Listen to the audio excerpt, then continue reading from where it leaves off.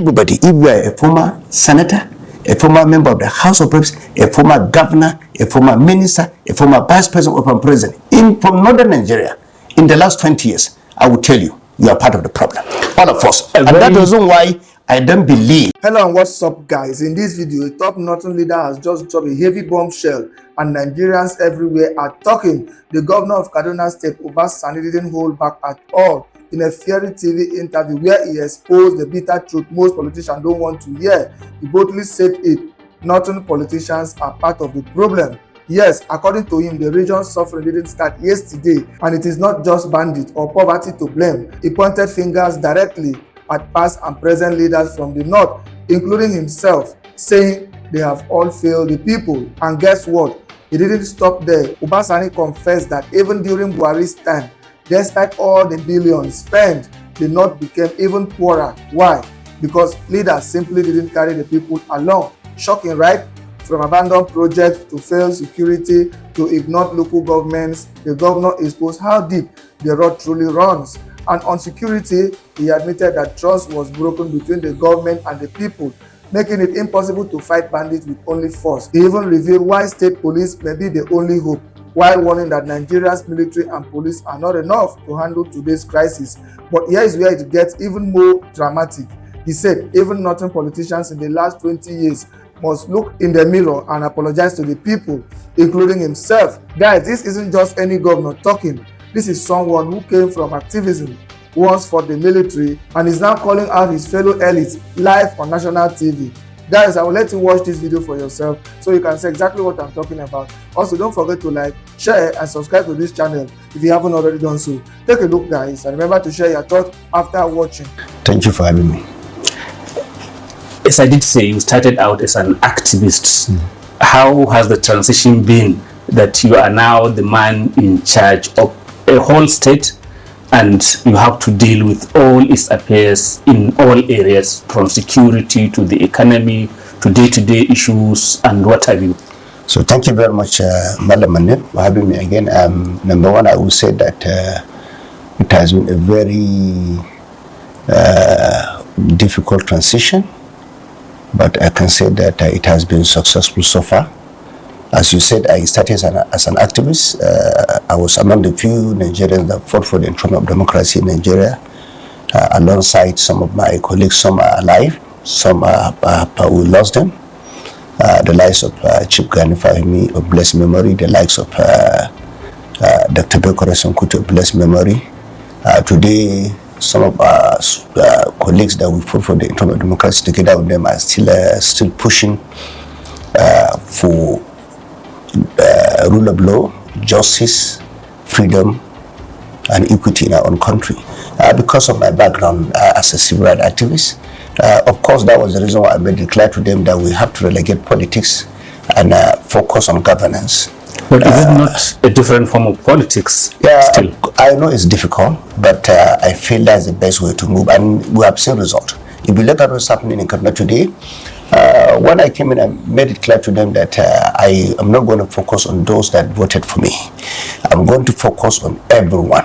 For instance, after the election, most of the people that voted for PDP were from southern part of Kaduna. But I have to sit down with my people from all part of Kaduna State. I made it clear to them, we will take development to every part of Kaduna State, irrespective of religious affiliation, political affiliation, or party affiliation. Today, I'm happy.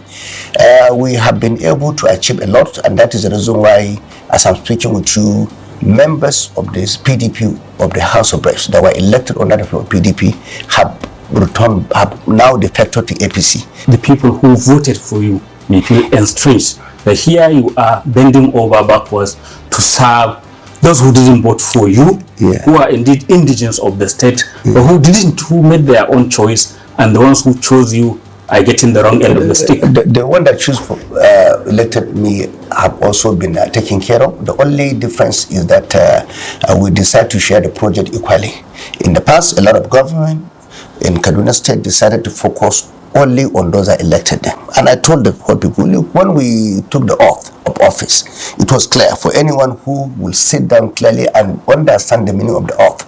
is to carry everyone along. Governance is about everyone. In fact, there are people who don't have anything to do with politics. But as long as they live in Kaduna, the citizens of Kaduna, you must also ensure that you carry them and ensure that they benefit from all the basic things that government needs to provide. So it doesn't matter whether you're a politician, whether you're a businessman, whether you're a farmer, whether you are not even someone who have any interest in politics. As long as you live in Kaduna, a citizen of Kaduna State, you must be treated equally. I made it clear to everyone because it's about governance. At the end of the day, I will be done to stand before Almighty Allah to now say what I have done as a government of Kaduna State. What about projects that were begun by your predecessor that are now left uncompleted? I can give a quick example of in your own hometown of Zaria. Fantastic. There is the overhead bridge that is looking like a monument to abandonment. I can tell you here that I'm happy about this question, and I want to seize the opportunity to give a lot of credit to the Speaker of the House of Representatives, Honorable Tajuddin Abbas. If you go to Zaria, all the uncompleted projects in Zaria are now going on because from which time? In the last 3 months, we have taken back 4 contractors back to the site. Modakat have gone back to the site, completing most of the roads from Zaria and Sabangari. But the overhead bridge, the Speaker of the House of Reps, Right Honorable Tajuddin Abbas, came to my house and told me, as a speaker, don't forget I was a member of the Senate, in the Nigerian Senate, and I know what it means to be the Speaker of the House of Reps. That was the reason why we came together and insisted that we need a speaker from Kaduna State. And I'm happy today. He has put a lot of money in the budget for the completion of the overhead bridge. And I can tell you, that is the meaning of governance. That is the meaning of synergy. If you go around Kaduna State, you realize that we have finished Ohino Road, we have finished Sultan Surami Road. We are now trying to complete the Kabbalah overhead bridge. We are also trying to complete, already we have mobilized the CCECC to complete Rubber Road to Regasa train station. That is a major project that will cost us over 15 billion to finish, because don't forget, most of those projects were abandoned at about 20% or some 30%. The Kabbalah overhead bridge was abandoned at 30%. The Rubber Road to Regasa is also abandoned at 35%. But as we are speaking, we have mobilized the contractors, giving them what, almost 20 billion to finish those roads. What about education? I saw in the budget, big chunk of it this year going to education. That's right. Is it going to teachers or to structures? Because people tend to want to be mega schools, no teachers. I can tell you in Kaduna, we are working toward positioning the entire educational sector. When I came in the WAEC, go and check, you can verify. Kaduna State was number 12. But today, currently, we are now number 7 in the whole of Nigeria. And I can tell you the way we are going, we might even be number 1 or number 2 in the next 1 or 2 years. The reason is clear. We are investing in teachers training and retraining. I've directed SUBEB and the local government chairmen. I'm happy because they are getting a lot of money under our administration this time around. And they are working toward recruiting more teachers. I've met somebody who is claiming that he's been laid up since the previous government. One particular person. He said there are many people who are in his situation and they haven't been paid because the portion from the state government hasn't been paid to the pension. Fantastic. It's a very good idea because he came to my office. When I had the whole story in the social media, I was able to ask for him to come to my office. I sat down with him. I was told that he was a quantity surveyor when he was in government. He sat down with me, and I can tell you I was happy with the way I had conversation with him. Because of my meeting with him, I had a lot of knowledge about the fact that some of them were not captured in the past. So when we came as a government, it is a process, and we sat down with the head of the pension, and I told her, make sure that you captured everyone. And because of that incident of that particular person, which I can tell you today, he has been paid, and many other people have also benefited because of his own complaint. And I was happy, and I told him, if there's any other person that have similar situation like you, please let me know. What about insecurity, the big elephant in the room? I know the efforts you made in Birnungwari. Is that peace understanding holding, and is it going to be escalated to other areas? Yes, I can say that as we are speaking, we have already reached out to about 4 local governments that are frontline local governments. We were in Arewa in the last year ago. nobody can enter you, particularly around Kudandan, Yakawada. That area was a no-go area. But today I'm happy. We have also gotten involved there. And the reason why we're succeeding in Kaduna, let me make it clear, is not a rocket science. It's because in the past, there were trust deficit between the government, the community, and the so-called bandits. But today, as we are speaking, when we started our Kaduna model, I made it clear to everyone, it wasn't government initiative. It was community-based initiative. I sat down with the restoration rulers, the religious leaders, and they initiated this process. And I made it clear to the Emir Benengwari, who told me all the bandits around that area, they were born in his presence. He knew them. He knew their parents. And I asked him, can he tell me what are the drivers of this insecurity? What are the symptoms of this insecurity? You cannot address this problem just as a government, because you have to address the trust deficit that happened in the past. I'm happy because it was an initiative by the community themselves. They own the process. And when they came to me, I told them, before I got involved, or the NSS office got involved, you have to give me assurance that we are going to make progress this time around. But it appears to be like breaking down, because there are reports that some of the increased activities in neighboring states is because of those who moved from Birenungwari and some of the other areas. Yes. And even as late as 2 days ago, I saw a report that in Giwa, there are factions of the different bandits that were even fighting among themselves. I can tell you here that when we started this process, we never told anyone that we can finish it in 6 months. It's a process. Today, we have about 6 to 7 markets in Benungwari that were closed. You go to Benungwari, all those markets are open. On a daily basis, we always have at least 25 to 30 trailers, moving from Benungwari to Lagos with cows there. The economic activities has improved. We opened our grains market in Benungwari, and that improved the economic prosperity of our people. The villagers, the rural people are now seeing business. They are now seeing a lot of activities. For me, that was the reason why we initiated, but you cannot really achieve this process within 6 months or even a year. I saw a report where some of the people that were kidnapped by some bandits, they were released through our Kaduna model, and as we are speaking, they were handed over to the government of Niger State. They are from Niger State. So the effort is really result. Even supporting other states. Yeah, Excellency, I want us to discuss it in a bit of more detail when we come back from this short break. Thank you very much. Welcome back. It is still 30 minutes, the interactive program of Trust Television, and our guest today is the Governor of Kaduna State, Malam Uba Sani. Your Excellency, before we went on break, you are talking about the Birenungwari model, how it is working, how in some areas it's already attracting the attention of neighboring states. But do you reckon that appeasing criminals is a strategy that will work, because it's not exactly new? Governors have tried it before and it collapsed. I can tell you, and when I'm explaining, I want you to give me time to explain this thing carefully so that viewers will understand, Nigerians will understand. Madam Manir, I can tell you here that when I was in the National Assembly as a senator, I moved not less than 3 to 4 motions insisting that we can only win this through kinetic approach. But I can tell you, when I sat down critically before I left the National Assembly, I look at the laws of the country, particularly those that affect the issue of security in Nigeria. For instance, the number of illegal firearms in circulation in Nigeria is something that is extremely unacceptable, because the United Nations report made it clear to all of us, you can go, you can read that report, that out of the 350 million illegal firearms in circulation in West African sub-region, about 250 million are domiciled in Nigeria. You know the reason? Because our laws are weak.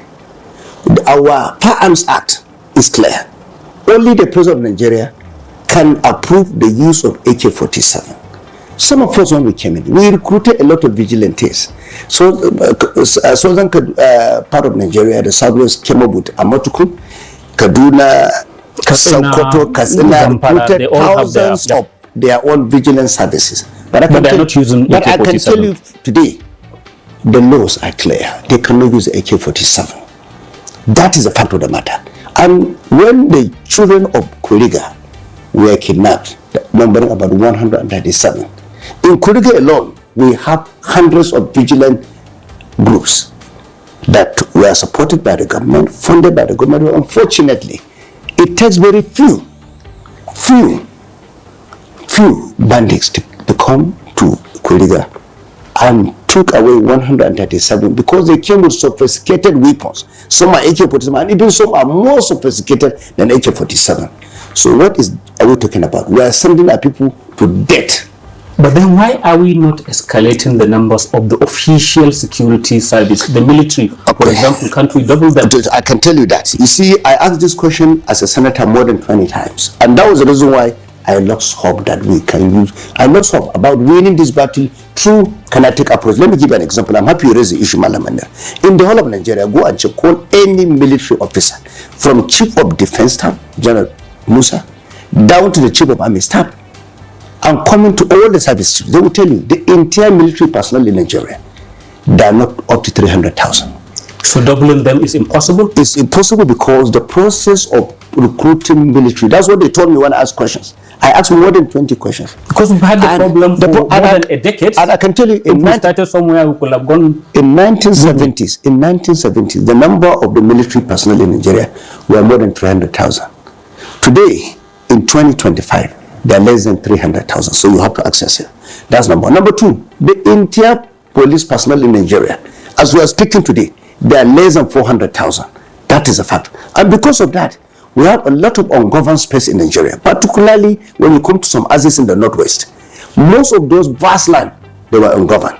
I also sponsored a bill for the creation of state police. Everywhere around the world, including America, you will have the federal police force and the state police force because it is critical. But some people at that time, I wasn't even a governor, I was a senator. And I insisted that we need state police, because if you have a state police, instead of this local vigilante that they cannot hold AK-47, state police can hold AK-47. And nobody will sit down in Benengwari. He is born in Benengwari, his mother is in Benengwari, his father is in Benengwari. He will allow one bandit to come and rape his mother, rape his sister, rape his wife, and carry some to the bush. When he is a police officer with AK-47, it's not possible. Can we go local? Because I want to touch on something that state governors don't like being touched. That is local government. Yeah. Why are you governors not wanting to let them breathe? I can tell you this. Only last 2 weeks, the local government chairman in Kaduna, without even me talking to them, they came out to declare the vote of confidence in Kaduna. If you come to, I'll tell you that. But have you allowed them to open their account with the CBN so that their money can go directly to them? As far as I'm concerned, yes. Let me tell you. Even 2 weeks ago, I was a Minister of Justice and Attorney General. He had a conversation with me. We sat down with him for 2 hours in Saudi Arabia. He visited my own room and we sat down. And I told him, I, for one, I'm in support of the local government autonomy because I came from the grassroots. I came from the trenches. I believe power must be decentralized. So since you are the governor and you have the power to agree to do this in Kaduna, yes, are you doing that? We are doing that. And I can tell you, because this situation, the only way it can carry weight, the only way it can be seen working, it must be holistic. That's what I discussed with the Minister of Justice and Attorney General. And I can tell you in Kaduna, if you ask all the local government channels, what they are getting right now is triple or double of what they used to get before I became governor. They came out and said, most of them are adults, they are not children. They came out in the national television. They made it clear that what they are getting, like Beningwai right now, the chairman is getting hundreds of millions. And is allowed to use it he or she wishes. I allow them to use it the way they like, and I'm happy. I just saw it on the social media that they are now doing some capital projects, which I'm happy about it. And I made it clear to them that you have to put your head together and support SUBEB so that we recruit more primary school teachers.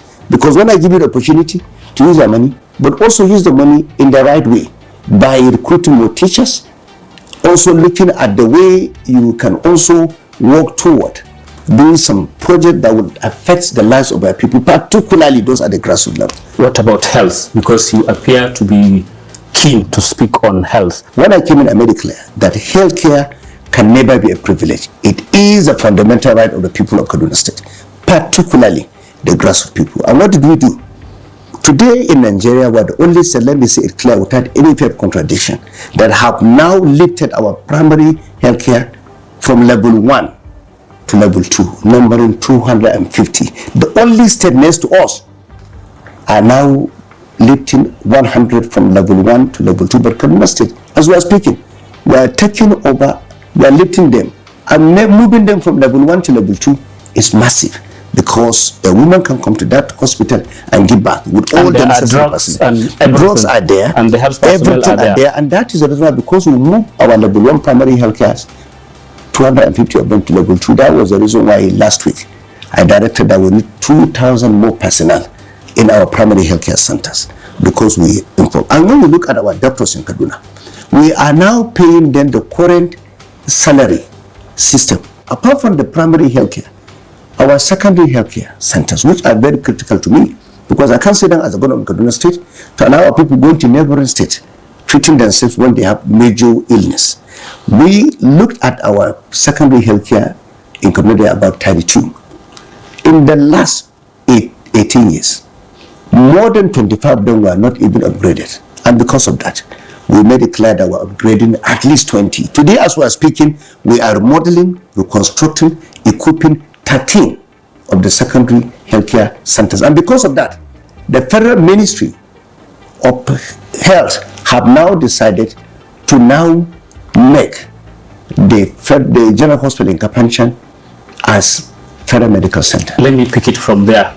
Kapanchan and Southern Kaduna appear to be central to the plan for 2027 election, maybe even in your state, but especially at the federal level, because it appears that President Tinubu's game is to get people who were previously unhappy to be on his side.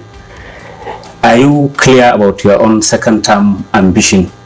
I think for me in Kaduna, I can say that I haven't seen any major opposition, to be very frank. I'm a politician and I want to be sincere. If there's a problem, I'll tell you. When I came in as a governor, we started with having PDP having more members of the House of Reps than APC today. Most of the House of members from PDP vote from northern part of Kaduna, southern part of Kaduna. Only last month, the member representing Igabi local government, which is one of the biggest local government in Kaduna, that is Usaini Jallo, just left PDP to APC from Igabi local government. But your own predecessor as governor, Arewa, has also left your party to SDP. You don't consider that I don't consider any significance? Because today I can tell you, because as someone who fought for the expansion of political space in Nigeria, don't forget, I was among the few Nigerians that took INEC off to the level of Supreme Court with Gadi Fahmi, of blessed memory, Balareba Musa, of blessed memory, MD Yusuf of blessed memory. Remember, I was among this activism. Group. That's real politics is what we are talking about. And in Kaduna State, this man, I'm giving you, was governor before you. Yes, I'm giving you an example of what I know about politics. So SDP, what is SDP? Let's be frank and sincere. SDP but what was APC before the merger? Because you talk about merger here, yes. But the way I'm looking at things, merger, when you talk about merger for what? Merger for grabbing power or merger for working for the interests of the people? That you have to define it. I would have been worried if merger is about transforming Nigeria. But if merger is about grabbing power, I can tell you, the people of Nigeria are very clever, they are very wise, they know the antecedent of everyone in Nigeria. And that's the reason why I can tell you here that I'm not even worried about the so-called merger, and I will tell you why. There are critics, and because I spent most of my life as a critic of government in the past, that you can see the weakness of criticism. I can see the weakness, and I saw the activism. Because when I was in the activism side, fighting for governments, of course you remember, you were with me, and I went to detention, I went to SSSL police, and I was locked up by a successful military government. Today, why did we fought the military in the past for democracy? Because we are fighting for the people. We are not fighting to contest election. We are fighting because we want democracy to be entrenched in Nigeria. But so that was the reason. Saying that your own government resembles military. Some people have started comparing Tinubu with Abacha. I can tell you, I think this government of Swaju, let me tell you very clear. I think it's even more liberal than many governments in the past, and I will tell you the reason. Even when it doesn't allow protests, simple protests to take place. I can tell you, for me, a lot of protests, you see, it depends on the people that are talking about it. For me, you can define these criticisms in different ways. There are people, like if you talk to me about Professor Usman Yusuf, I can tell you he is a progressive element. If he's attacking this government or criticizing this government, I can say he should be. Nobody should harass him, because these are people that are not fighting government because they want political power. So for me, I have no problem with people like that. People like Mahdi. So who do you have problem? Let me finish. People like Mahdi, I have no problem with them. People like Bulama Bukati, they're fine. People like Japar, I think they are also. So long as they are not wanting to take power from you. Because no, not like that. Yes. These people are doing that because they are talking about the interests of the people at heart. And every democracy must be criticized, but the criticism must be constructive for the benefit and the interest of the people of Nigeria. That, for me, that's what we did as activists, not because we wanted power. But when you are fighting government, that you are part of it, you contributed in bringing the situation where it is today. Anybody, like I said, who is from northern Nigeria, that held political office in the last 20 years, all of us must look at ourselves in the mirror and apologize to the people of northern Nigeria. We let them down. I will say it to you today. All of us. I was a senator in this country, and the problem of northern Nigeria did not start 2 years ago. We are looking at the trajectory in the last 20 years. I can give you the statistics and the data. Next time we meet.